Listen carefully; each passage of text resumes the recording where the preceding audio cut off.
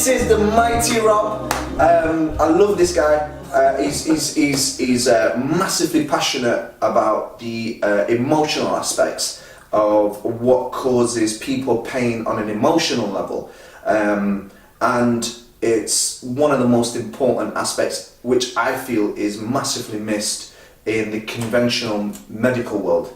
And I thought I'd invite Rob just to have a word with some of you people who are going through some emotional pain and don't realise that you're going through emotional pain. And some of you will suffer with lower back pain. You could be seeing physios, chiropractors, osteopaths, kinesiologists, acupuncturists, sports trainers, rehabilitation experts, whatever you want to call them, and it's not going away. I'm going to show you, maybe it's something a little bit deeper, and he's just going to give you the insight into how emotions causes pain within the body. So Rob, just in terms of emotions, obviously from what you've studied, meta-medicine, massively passionate about it, how important is it to understand emotions in terms of the link to the pain aspect? One of the things we've really got to start to understand as a society as a whole is the mind and body are one system.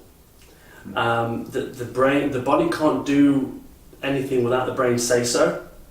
Even a general GP who's pretty good will tell you that. And if you've got a lower back pain or any disease at all, we have to look at ourselves or anybody else as an entire person, and the entire system, whether it's brain, organ, tissue. We have to look at the whole spectrum, and that's where the word actually meta comes from. It's going above and beyond and looking at the whole picture. And there's a bit of a concept to do with holism, and I think it's dualism, which is do we go right in at one particular part? Do we look at just, let's say, the spine? Do we just look at just one part of the spine, or do we zoom right out and just look at the whole picture? And you have to kind of do both. But I would say, and I'm going to make a pretty bold statement, it is when people say, I'm just going to address my shoulder pain, back pain, ankle pain, even if it's not musculoskeletal, I'm talking any illness at all, is it just a physical thing, or are there mental and emotional things running in the background? And I'm just going to say it's not only unlikely that it's just physical, it's impossible. It's absolutely, it's not even up for debate. Well, you can try, but I've tried, and there is always, it's an empirical truth, which means it's like gravity. It just is a truth. It's not really an opinion. There is always emotional, mental components going on. I think other people, we all need to realise is we all have them, and these are not bad things. These are part of our growth. These are part of our evolution. If I can come to train with you and do leg day, and I do leg day, let's say today, what day we're on Wednesday, and maybe Thursday, Friday, I can barely walk up and down the stairs. That's not my body doing anything wrong. In fact, it's doing it absolutely perfect. There would be a problem if I didn't ache, right? Yeah. And it doesn't mean I haven't done enough. It means my body is not doing its regeneration. It's not doing its job. And I think how just sorry to interrupt. How important is it for people to understand that the training aspect, Rob, is knowing that this is it's breaking the body down? Because the healing doesn't actually come from the training, and this is what I try and say to athletes and predominantly bodybuilders and stuff like that, and also some of them are taking muscle enhancements and stuff like that, so they supposedly heal quicker. But the healing doesn't actually happen. So people who want to progress with fitness and health, that doesn't actually happen in the gym. And how important is that to understand in terms on a healing aspect? Huge. And this is actually these guys watching you, they'll understand this way of putting it across probably a lot better. Is absolutely, if Seb trains me or I train in the gym, no one builds muscle in a gym. No one builds anything in a gym. You break it down in a gym. Call it healing, you call it rebuilding. For example, if you get me to lift some weights, and we break this muscle down beyond pressure where it doesn't like it anymore. I don't like it. I don't want to pick another way up, but you push me to another level.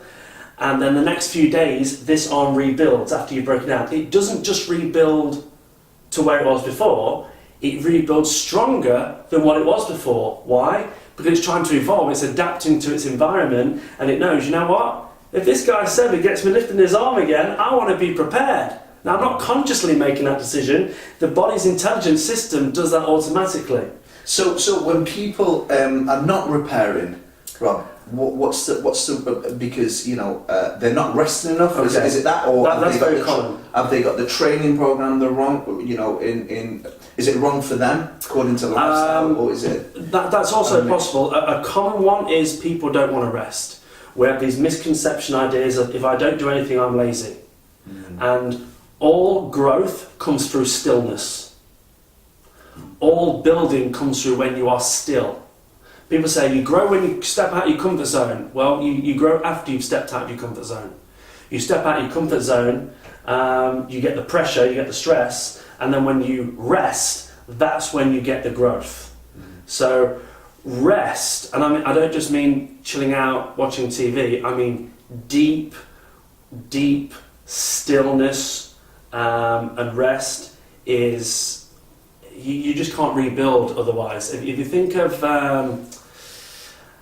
let's the metaphor we talked about earlier with the buildings from Dubai. Yeah. Okay, so imagine you've got all these cells inside you, and they're working hard for you. And we're going to pretend they're kind of like engineers. So the metaphor we give this based on nutrition and rest is, if I went over to Dubai and we've seen all these great buildings and they all look amazing and things like that, and we said, listen, we've got the engineers, and we said, come over to the UK, come over to where I am, listen, I've got this piece of land for you, I want you to build me what you've done in Dubai, here's some sticks and mud, get to work. The engineer's going to look at me and go, well, listen, I can build that for you. I can build the what I've done in Dubai, but based on the materials that you're giving me, it's a bit of a boss job. I'm not going to be able to do much. I'll do the best I can, but I'm not really going to get the results you want because you haven't given me the nutrition, you haven't been giving me the raw materials to build what you've told me to build. Now, let's take it another step further. When do they do all their building? Is it when you're on the go, running around? No, when if you're busy, the engineers, your cells inside, they're just going to sit back and go, I'll wait till it's done. And all of a sudden, when you start to rest, you start to feel a few more aches, a few more pains when you finally stop. And that's a common misconception. People say, don't stop unless you'll get ill. No, you want to stop. And when you get so-called symptoms, that's part of the regeneration phase. The reason you're getting symptoms is that's the engineers, the cells of the body going to work to actually build you. And you're trying to stuff it down and go, stop working on me, stop making me better. Well, you need, and I know it's a judgment, but the body's not doing anything wrong. So people really need to understand that. And you made a great point with has anyone ever tried to send engineers to fix the moon or to fix the sea? And I thought that was absolutely brilliant. I thought we could capture that. Absolutely. And kind of in terms of how amazing the human design is, and we've got into a society where in terms of pain, Rob. In terms of pain, pain is. It's not a bad thing. No. You might have a judgment against it. Oh, I can't do what I want to do though. That's the conditioned mind, which, excuse my friends, is full of shit. And we've all got it's just clunked full of conditioning, and it's full of judgments and expectations and false misconceptions and beliefs that don't make any sense and have no base in reality whatsoever. We have hundreds of millions of them stored in us. Some of them weren't even ours, some of them we've inherited epigenetically as well. So what I basically said was, and this is what I'm trying to convince people that say, I'm not trying to convince you, it's the truth. We didn't come off a conveyor belt. We're not Tesla. Now Tesla's cool, but we're not a machine. Yet we tend to think of our body like it's a machine. it's like the car, it's like the radiator, and it just goes wrong from time to time. And because we've been so conditioned with machines, and we've got our iPhone, we've got our Apple Watch, and if they go wrong, well, hey, we just take them back to the manufacturers or the designer, and we say, what's wrong? You designed it. Where do we take us? Nature. The universal consciousness, whatever created us, whatever created the moon and the sun and the entire solar system and the universe and the whole nine yards, we're made up of the same stuff. We're made of the same stuff as nature. We are nature, we're not man-made. So you never switch on the news and say, do you know what? The moon's gone wrong. We've got to send some engineers up to fix it. Or you know what? Pluto has simply just fell out of the solar system. It's screwed up again. It went wrong. We've got to take it back to the manufacturers. A snake gave birth to a baby panda, or nature missed spring out this year somehow. It doesn't happen. There are orders to it. Nature has some laws to it. So because we are nature itself, the body does not make mistakes. It may do something that you have a judgment against. But if it's raining outside, it's wet, windy, cold, horrible, the earth is not making a mistake. There's not anything going wrong. So rather than working against the body, we have to work with the body. I'm not going to go against divine intelligence, which was our creator in the first place. So pain is a signal. Ultimately, if I got back pain today, I would celebrate. Now that sounds completely off the hook. If I get a cold, I'm going to celebrate. If I get the flu, I don't know if I'll celebrate, but I know it's good news, right? Because, and again, this is a simple way of explaining it, because it's just a basic phase 1, phase 2. You get some stress, you get some regeneration. But this Christmas, the amount of people that said, I'm ill. Well, of course you stopped. That's brilliant. You need to stop. You came away from stress. That's where we get the symptoms, when we come away from stress. It's the body's way of regaining balance. Just like if you're on the go, and you're training every day, and I'm sure you run into loads of people that overtrain.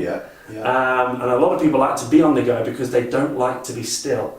Because if you were still, a lot of, and no judgment here, just an observation, a lot of busy mums seem to have this. It's like there's go, and there's a belief that says we literally can't stop. And I know for some mums you literally can't, because you are so busy. I know it must feel like that, and even if you get a good night's sleep, it must be like, thumbs up. So I do understand some of it, but